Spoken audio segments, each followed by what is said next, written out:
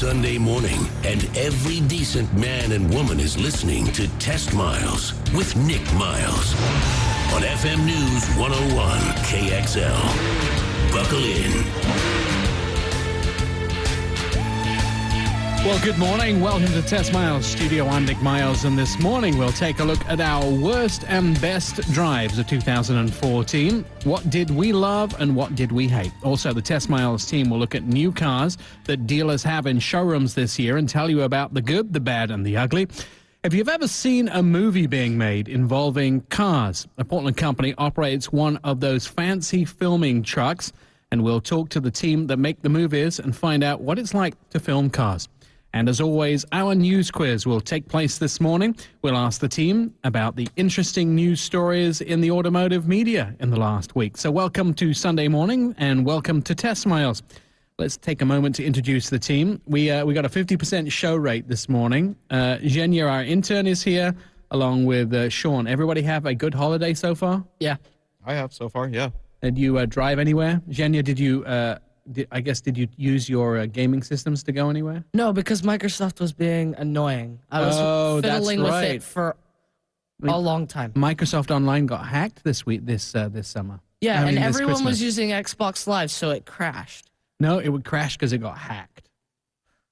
So you were there for the whole Christmas day with nothing to do? Yeah. Oh, that must have been Other awful. than fiddling with my computer. What about spending time with your family? I went to my nephew's birthday party the day after. Got him a present. That's it. That's your holiday season. Sean, what about you? I drove around because I like to drive. Did you spent your holiday season driving? Yes, I did. I actually went to San Diego for the day after Christmas to drive the new Dodge Charger 392. Awesome. I'm just in love with that vehicle. It's a nice vehicle. Had a good time down there with friends and old co-workers. That was a lot of fun. And the great thing about the car is to sit it in a parking lot. We went to Imperial Beach, and we sat the car on the beach. Beautiful weather, people playing volleyball in the ocean. Sat the new Dodge Charger 392 on the beach in the parking lot, and then just sat in the cafe and kept starting it. And all these families would be walking by with all their kids, and you'd hit the button, the double click, and it would go, and everyone would go, whoa, what's that? They'd go over and have a look at the car. I did that a lot when I was driving the R8, because the back engine lights up, and so at nighttime people would walk by, or they're staring at it because it's a supercar, and I'd hit the lights so the engine compartment would turn on the lights, and they just, what's going on? It's fun to mess with people like that. It's fun to watch them get so excited. I was watching a TV show on the first SRT8 Challenger where it had keyless go. So what someone did was they took a Challenger and parked it in the middle of the road without the owner noticing. So everyone would just be driving around and just see a Challenger sitting in the middle of the road because the car had no idea there was no key. Now they have those safety systems on them, so you can't actually drive away unless the key is inside the car. But the original ones didn't have that much going on. All right, so what are those best and worst cars of the last year? Well, I've picked out, I started with a list of every car that I've driven over the last year, and I managed to pare it down to just maybe about 10 cars. It was really hard to talk about the best cars of the year. But I think my best car of 2014 was the BMW i8. Clearly a big move for BMW, giant step forward in new cars. It's a hybrid, plug-in hybrid version of the car with a mini-style engine in the back, which is just 3 cylinders. Also, other vehicles was the Ram 1500 EcoDiesel, outstanding truck. The new Chevy Colorado, love the shape, the size, and the amenities in that vehicle. The most spirited drive, I would say, was the new Alfa Romeo 4C. Very light, very fast sports car. BMW had the 4 Series Grand Coupe in there. I've always been looking for something the size of a 3 Series that I liked. And when the Grand Coupe came around, it was definitely the car that I've been waiting for in that size from BMW. Needless to say, the Dodge Challenger and the Charger both on the list. The Hyundai Genesis on the list as well. Can't miss the Jaguar F-Type Coupe and the Lexus RCF. Some of the best cars. I have to say, my worst cars of the year that I felt just did not hit the mark. There's only 2. and they are the Cadillac ATS Coupe. Just felt it didn't have what the Cadillac brand has been touting. It kind of fell short. And the other one that really fell short, it's the right size, it's the right price, but it doesn't have much of a spirit, is the Chevy Trax. Well, the Cadillac, I mean, it's on my list too. And the reason why, it's like, it's a fun drive, but in city and everything, the seats are hard and it's just uncomfortable to be in. But if you actually get some windy roads, it's a great car, but that's the only time that car is good for. It's hard to for these cars to fall short. They don't fall short. Many of them, there's not, bad cars are very few and far between. Yeah, but the especially worst now. drives for me were the ATS Coupe and the Chevrolet Trax. I just think that there's so much possibility there, and they just seem kind of empty. Sean, what were your best and worst cars of 2014? My favorite cars were the Chrysler 200. I love what they're doing with that car, and I love what they give for such a little car. The Hyundai Genesis, obviously, it just, for the price, you get almost every feature out there, and it's probably one of the best and great drives you can ever get into. I love the Eco Diesel as well, because The Ram. The Ram Eco Diesel, just because for the fact of having a full-size truck, you're getting 28 miles on the highway, and my average was around 24 combined city, and it's just a nice ride. It's comfortable, everything. Kia 900, I love how... The K900, right? K900, sorry, I didn't say K. But I love that car. It's just for the price, once again, you're competing with high-end luxury vehicles, and you're saving around $20,000. And then I didn't get to drive it, but I'm just going to say it's one of my cars, is the Chevy Z06, just because for what you're going to get for $86,000, that car is going to kill almost every supercar out there. Worst car, for my opinion, was the 2015 Lexus LX 570. And it's a car I think they threw out there because they have a full-size vehicle, and they shouldn't have. The inside's not as great. I mean, it's just kind of all afterthought. It's one of the worst fuel economy cars I've ever been in this year, because my average was 12 miles to the gallon in that car. And with Lexus and Toyota being a very green family car, getting 12 miles is not, it shouldn't even be okay for them. And we should explain that the vehicle you're talking about, the 570, the LX, is a full-size SUV. It is a full-size. It's built on a truck platform. It is built on a truck platform, but you still get full-size vehicles getting better, like the Tahoe, the Escalade, and I think the vehicles that it goes up against, like Range Rover and the Escalade, it blows them out of the water for the same price. It's like paying $86,000 for that car is insane. Yeah, I think it starts at 89, and the test fleet model was 91 for the Lexus but it's just for 90,000. If I bought that vehicle at 90,000, I'd seriously feel like I got robbed. So that's why it's on my list. All right, well, it's very hard to ask a 13-year-old intern what his favorite and worst cars of the year is, because he doesn't have a legal driver's license. But you have a list anyway, Jenya. Yes, I do. Now, I've only been in so many of the cars of this year, and those cars have been all the full-size SUVs from GM and the Chevy and the Dodge Charger, and those two cars are just amazing. I love the Yukon that you had back in April. That I was just amazed by that vehicle. I loved the seats. I loved all the controls. I loved how the knobs were big and it just was so classy. I love that car, and I love the OnStar feature where you could just press the button and ask the woman on the reception where you would like to go, and she would put it on That's your one of the map. great features of OnStar, and a lot of people overlook that. In fact, I think it's one of the best features that General Motors has. And for OnStar, all you have to do is press the button in OnStar, and you get connected to somebody. And a lot of car companies have this feature now where they will do pretty much anything for you, including OnStar send navigation information to your head unit, and it's right there. You just press the go button, basically. So Yeah. you love that. What are your best cars and your worst car of the year then? My best cars are the Mustang and the F-150. You're a Ford boy, is that what you're telling me? Oh, yes. Oh, yes. And this is from sitting in them in the auto show. Well, looking at them in the auto show and seeing all the pictures, because I like those two cars because Ford took a big step with the F-150, and they've done that all the time. Last redesign, they put the EcoBoost in, and that made a really big hit. And I believe the aluminum body is going to make a big hit as well. Right. And then they put the independent rear suspension in the Mustang, and I just know that's going to be a real big hit too. And I saw a maxed out GT performance pack only the other day.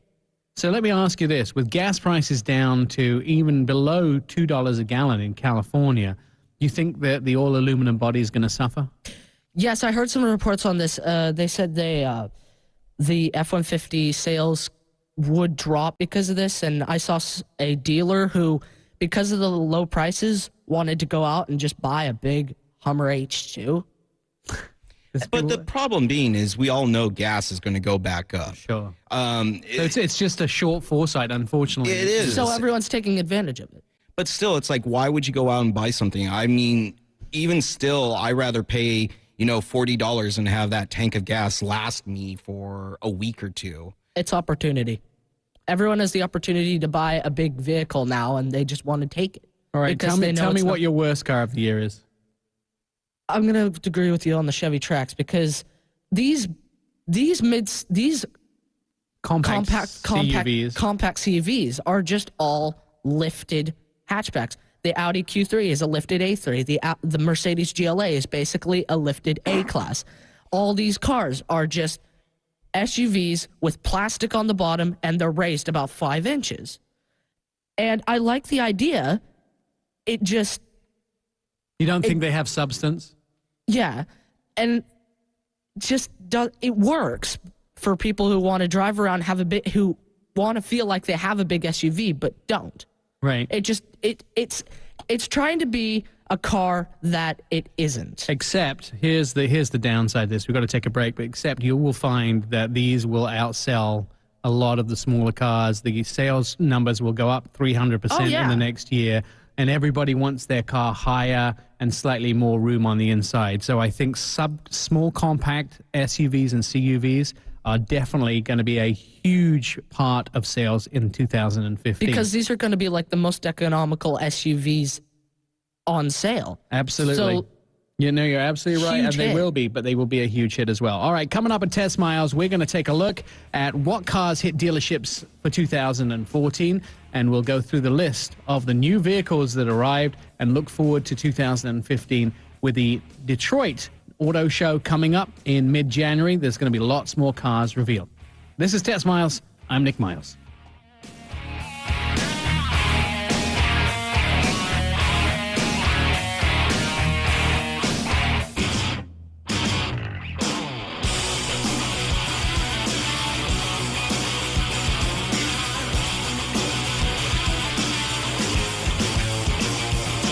Test Miles, like NASCAR, but with one right turn. TestMiles.com. Welcome back to Test Miles. Has your driveway been good to you this year? The Portland Auto Show is offering tickets to the show February 5th through the 8th, and you can use those as an after-Christmas gift.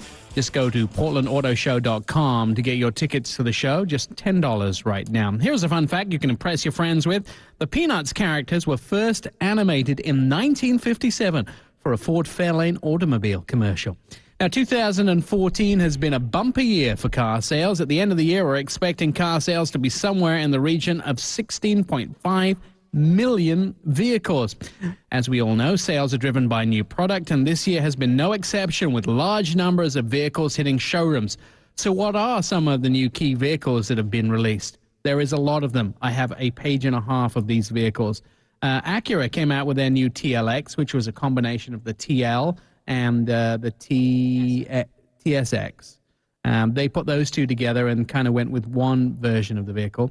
One of the vehicles that we were most excited about, Sean, you got to drive this at Run to the Sun this year, was the Alfa Romeo 4C. Yeah, I like the Alfa. I mean, for what it is, it's crude because there's no power steering or anything, but it's a fun car. It's light. And the engine's not that big, but when you look to weight to engine ratio, it starts to be a great drive. And let me tell you, I'm all about the head looks. You cannot go anywhere in that car without getting a ton of people looking at you. It's a great car for what it is. Audi had a new Q3, and BMW had a lot of new cars this year, including the 4 Series Grand Coupe, which we've talked about. It was on my list of the best cars, but they had a new 3M and an M3 and an M4.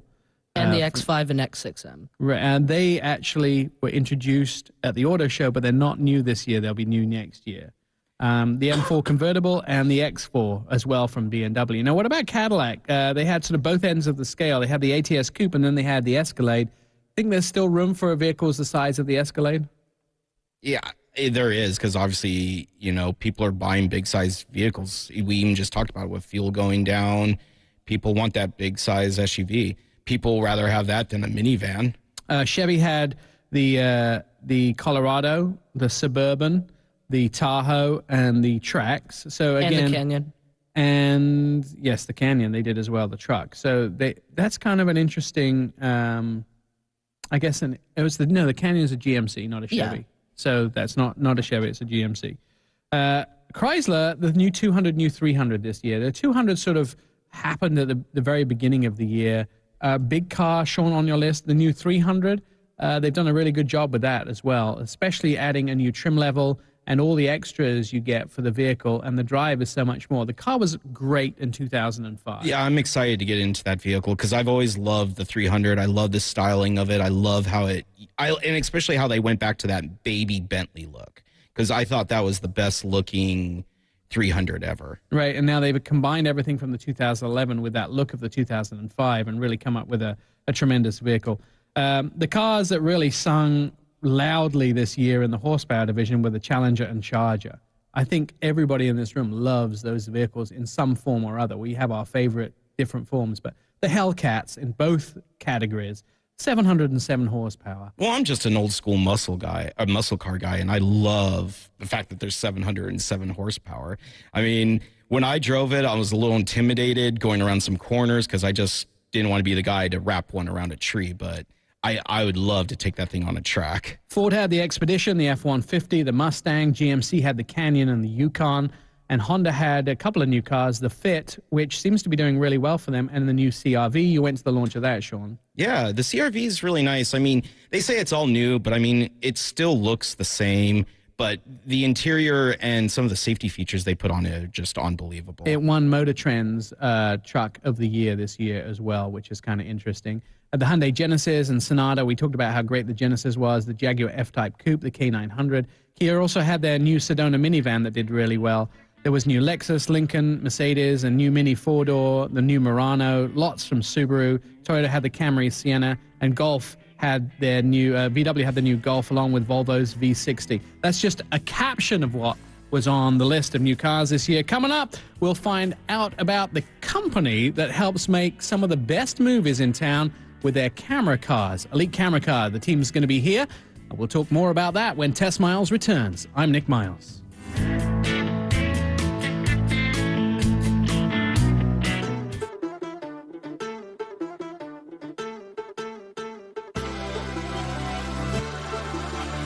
Favorite us, tweet us, friend us, love us, all at testmiles.com.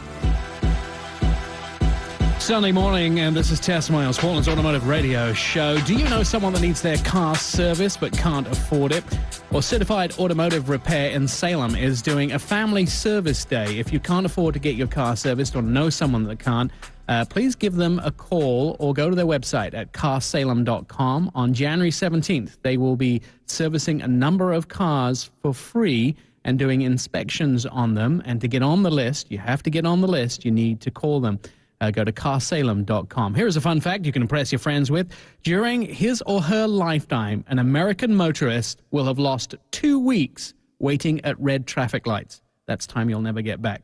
Now, have you ever seen a movie being made that involves cars, trucks, or SUVs, or even motorcycles? There's a whole army of experts that specialize in filming vehicles. In Portland, we're lucky enough to have a highly experienced, skilled company who use camera cars to film vehicles. They're called Elite Camera Cars. And in studio is Mark Hailston, along with his son, Lauren, who I guess work in the filming industry, slightly in different ways. Mark, you're the lead driver and probably the chief bottle washer, I like to call everybody in the industry, at Elite Camera Cars. So Explain to me a little bit, Mark, about what happens at Elite Camera Cars. What do you actually do? Oh, great to be here, and good morning. So, yeah, I'm in the cars and a lot of times underneath the cars. And if I could just break real quick and just say congratulations on your first year, and thank you very much for bringing a real automotive show to Portland. Thank you. Thank you. Very proud. So the brief is an insert car and or camera car is the device that we use to suspend, hold cameras and crew while either shooting at other cars or shooting background plates for green screen. We also have cranes, tow dollies, and what's called a process trailer, which is a 29-foot trailer that a car goes onto, and the entire crew is there as well. It's basically all around safety. And what we do is handle the movement of the cameras and the cars and the actors and keep them safe while the crew does their job. Now, so yesterday, perfect example, I was watching Frasier on one of the digital channels, reruns of that, and they did a car scene. Now, so in that car scene, the car would have been sitting on a dolly, and you guys would have been on the outside in a show like that? Yeah, there'd be three ways to do it. The first would be car to car, where they free drive, and we shoot at them from the camera car or insert car. The second would be that they're on the process trailer. Again, the entire car and the entire crew are up on this trailer. And then the third would be that the car is actually attached to the insert car via a tow dolly, and they're just right behind us. So we're trying to keep the actors involved in doing their lines and their performance and not worrying about driving. And obviously that would be another safety huge. Crashing into things and that sort of stuff. Exactly. All right, so now this is the part of the show where we get some name dropping in. Tell us some of the things that you've worked on. Pretty easy to do that. I think it's every car company with the exception of Bentley, Ferrari, and Rolls-Royce. This year we did Mercedes, we've done Chevrolet, we've done Ford. It's not unusual that we'll go out with not only film cameras, but still cameras. And we haven't really seen film cameras very often. Everything's kind of gone to digital. We use the Arri Alexa often. And so it pretty much anything that you can think of. So that's for commercials, right? That would be for commercials and for film and for, well, we call it film, and for recording for like Grimm is one of our big clients. All right. So you do a lot of the car scenes in Grimm. What does that involve? We pretty much do everything for Grimm. Their favorite is our 25-foot modular crane. On the end of that is a 2-axis head with one of our Arri Alexas, and then the engineer lens is probably about close to $250,000 hanging off the end of it. Anytime you see a large opening shot or establishing shot where it's swinging in and you're wondering how is that camera flying, it's on the end of that crane. So I can look in almost any Grimm episode and I'll probably see some of your work.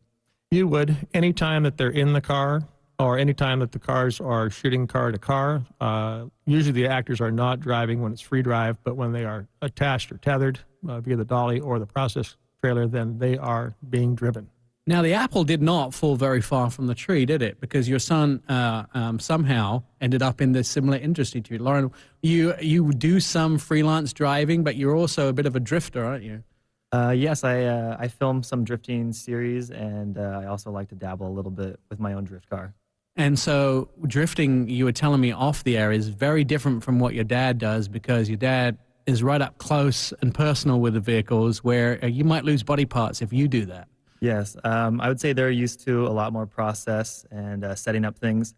While on the drifting circuit, we have a very small amount of time to set up cameras, and we're also not allowed to, chase a drift car on the track. So we have to attach cameras to roll cages. We have huge suction mounts that attach to the hoods, the windows, everything like that to keep the cameras stuck on the side of the car. Now, let's get this out of the way right now.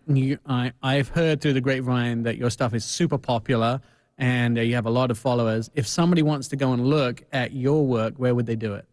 I mainly just post most of my things on a YouTube channel. It's Lauren in HD.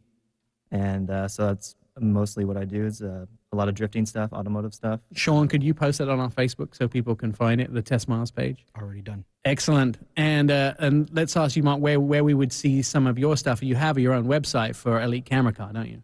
Yeah, the website basically just explains the cars, talks about specifications, gives people an idea of some of the rigs that we've done. There's probably 250 pictures of different types of ways we've suspend cameras. Not really a public site, but we welcome anybody to come take a look. It's more or less for the DP, the director of photography, ADs, production, directors, so they can see, well, that's what we want. We want the camera out on the side of the car, or we want the camera behind the car. So they'll make those decisions on the day.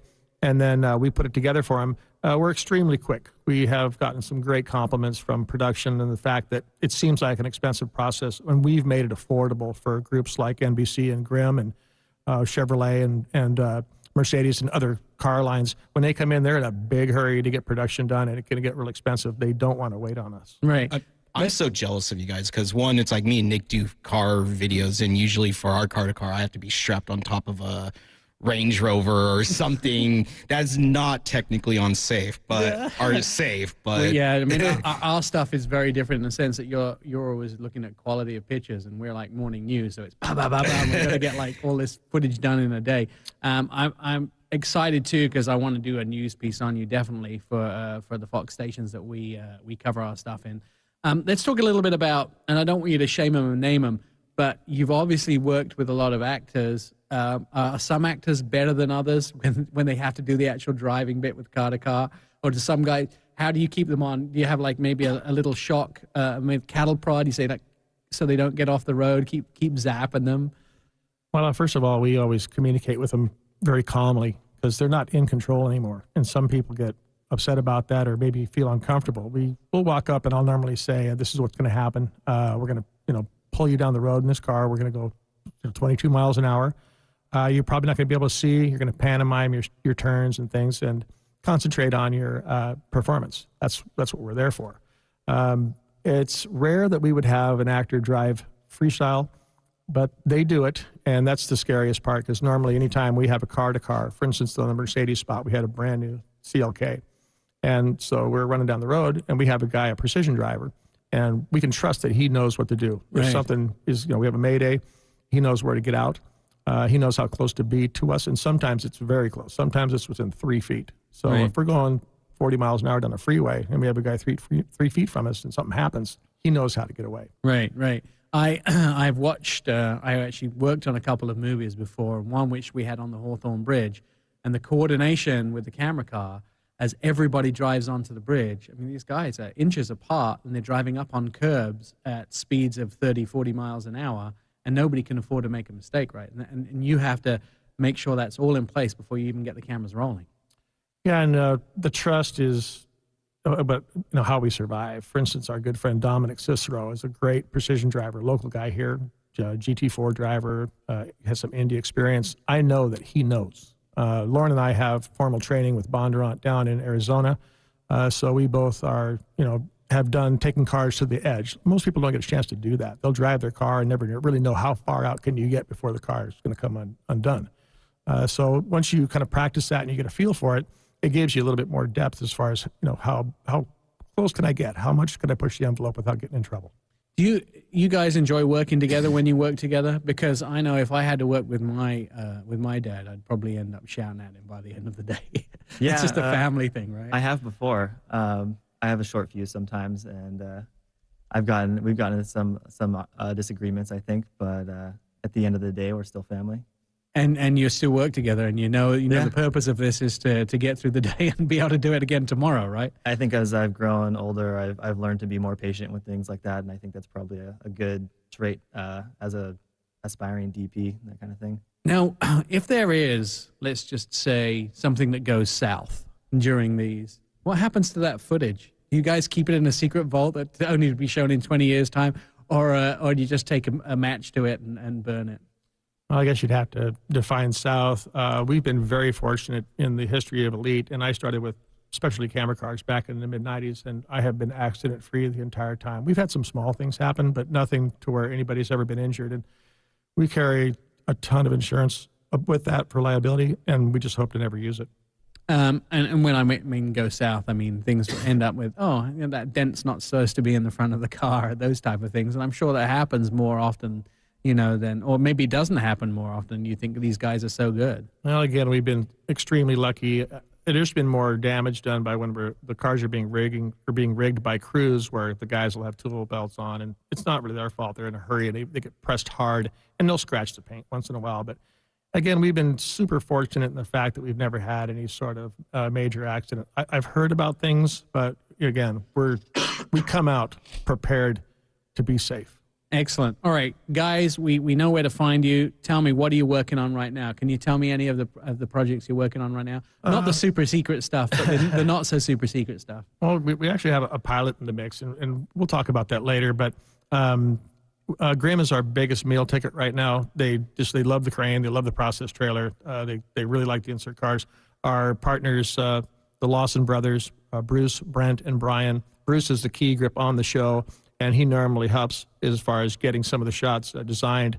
So, of course, he's a little biased, and he'll want to throw a crane shot in there, or he'll want to throw a car to car, and that benefits us. But we are a local company, and by the way, 90% of the people on Grimm are Portlanders. So if people see us out and about, it's not a bunch of LA folks. We have a few. I love this that. This is all homegrown. I love that. And it's basically the shining star for Portland. I love that. Lauren, what are you working on right now? We just shot a little pilot up in Seattle at a rally school, actually, and we were doing all kinds of stuff. We had guys strapped into the back of SUVs while rally cars were chasing them. We were flying drones over the cars, all kinds of things, all the quadcopters with cameras and stuff on them. Everybody listening right now wants to be you guys for a day. It's I can job. feel it. I can feel it. Guys, that's awesome. Thank you so much for coming in. We're going to take a quick break. Hang out for the last segment. We're going to do our quiz, and I may have a couple more questions for you. Mark, Lauren from Elite Camera Car. The guys have a website. You heard it. And go to our Facebook page at TestMiles and find out more about them and links to their website. We'll be right back in a moment.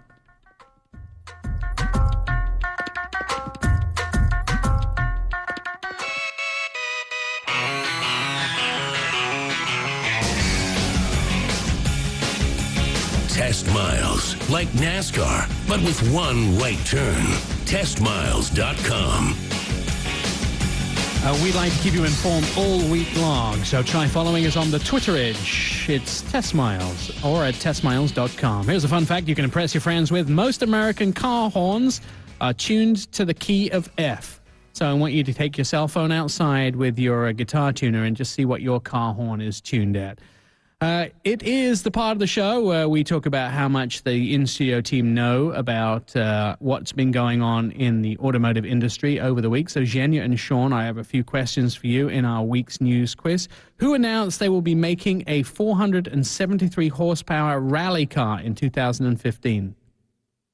Sean, it's very quiet. Quiet. Lancer's going to come out with the last Evo X, and they're planning on making it a special edition, 473 horsepower, which would be awesome because I think that is one of the best handling cars ever made. The Mitsubishi Lancer, that's correct. All right, next question. According to the Business Insider, gearhead should be terrified of what car? Zhenya.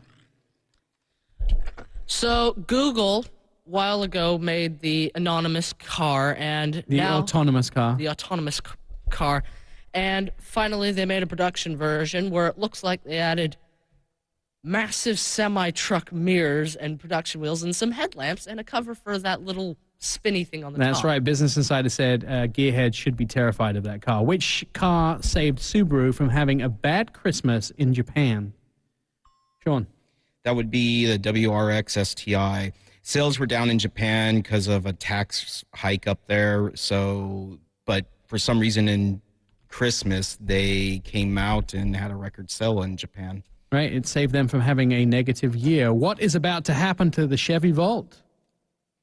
Oh, that's Sean again, right? Sorry. They're planning on making it a crossover. They're calling it the Cross Volt. I mean, I don't know about it. It looks weird, but it could be a big hit because I know people love the Volt because of the fact that it doesn't give you the range anxiety. You can drive 50 miles and still have a small little engine to get around. Yeah, absolutely. The Chevy Volt is going to be a crossover for next year. Who used the game Gran Turismo 6 to unveil a new concept car? Zhenya. Mazda created the LM55 Gran Turismo Le Mans car for Gran Turismo 6. Will it be built? I don't know. It might be built, It might be built. considering it's following up their old Le Mans car. All right. All right, we're running out of time rapidly. I want to thank Lauren and Mark for being here from Elite Camera Car. Go to our website, testmiles.com, or go to our Facebook page, and you can find out more about those guys and what they've been doing and follow them, especially Lauren's stuff on Facebook. And follow him on YouTube. You can see all of his videos. We will be back with our first show of 2015 next Sunday. It's been a whole year. I want to thank you for supporting us throughout the year and increasing our listenership by 400%. And we'll be back for 2015 from the whole TestMiles kit, whole gear, the whole team, and all the people behind the scenes. Happy New Year, and let's look forward to 2015. I'm Nick Miles. Throw it in neutral and coast in with TestMiles.com.